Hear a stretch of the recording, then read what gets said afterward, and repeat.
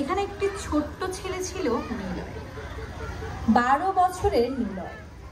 কিন্তু হৃদয়ে এক অদম্য স্বপ্ন নিয়ে বড় হতে চাওয়া। স্বপ্ন তাকে কখনোই স্বপ্ন দেখতে শেখানো হয়নি, সে নিজেই শিখেছিল স্বপ্ন দেখা। গ্রামের ছোট মাঠে যেখানে কাদা ছিল, ধুলো ছিল, যেখানে না ছিল কোনো ভালো জুতো, না ছিল কোনো কোচ, নিলয় সে মাঠে বল পায়ে ছুটত। তার জন্য ফুটবল ছিল জীবন। এটা শুধু খেলা ছিল না, এটা ছিল তার অস্তিত্ব।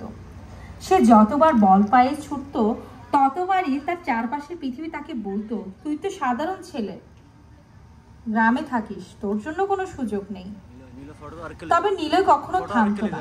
তার মনে ছিল এক দৃঢ় বিশ্বাস, যতই লোকে বলুক ফুটবল খেলে পেট ভরবে না, এই খেলা তোমার জন্য নয়। নিলয়ের স্বপ্ন ছিল শক্তিশালী। এটা কেন শিখলো? কোনো বাধা মানতে পারতো না। নিলয়ের বাবা বলতেন, ছেলেটা যদি খেলাধুলায় ভালো হয় তাহলে স্কুলের পড়াশোনা আর ফুটবল একসাথে চলতে পারে না। মা বলতেন, তুমি ডাক্তার হবে, তুমি বড় কিছু হবে, এগুলো খেলাধুলা ছেলে খেলা, আমার ছেলেকে আরো বড় হতে হবে। কিন্তু নিলয় জানতো ফুটবল তার জন্য কি মানে।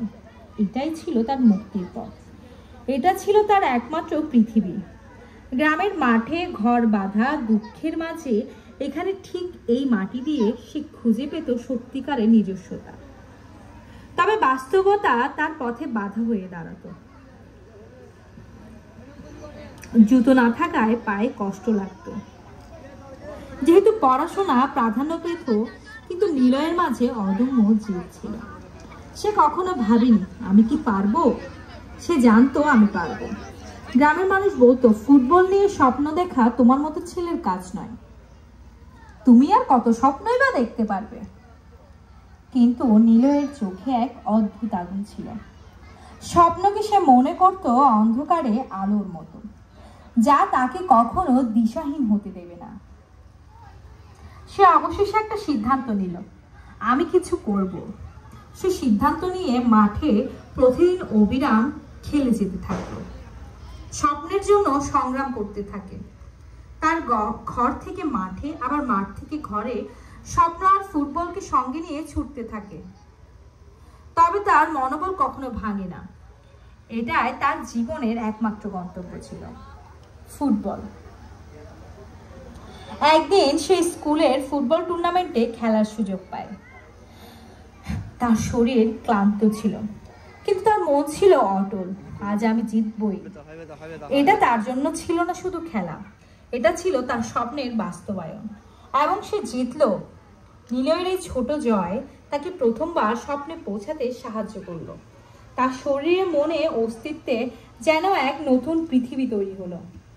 এখন তার জীবন বদলে গেছে।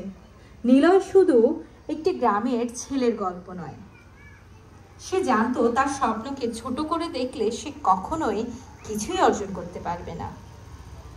তার স্বপ্ন ছিল ফুটবল, তার জীবন ছিল তার স্বপ্নের সাথে এক। এখন নিলয়ের পায়ের প্রতিটি পদক্ষেপ স্বপ্নের দিকে আরো দৃঢ়ভাবে এগিয়ে চলে। এটাই তার স্বপ্ন, এটাই তার যাত্রা, স্বপ্নের পথে পথ চলা।